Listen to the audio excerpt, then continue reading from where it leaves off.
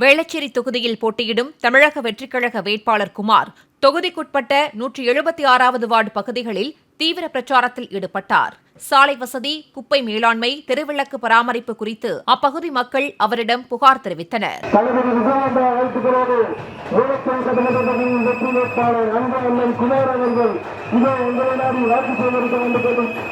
உங்கள் பொன்னான வாக்குகளை சிந்தாமல் சித்தாமல் முக்கியத்துவத்தில் அளிக்குமாறு மிக தாழ்மையுடன் கேட்டுக்கொள்கிறேன். மறந்து விடாதீர்கள், மறந்து இருந்து விடாதீர்கள். உங்கள் பொன்னான வாக்குகளை முக்கியத்துவத்தில் அளிக்குமாறு கேட்டுக்கொள்கிறேன்.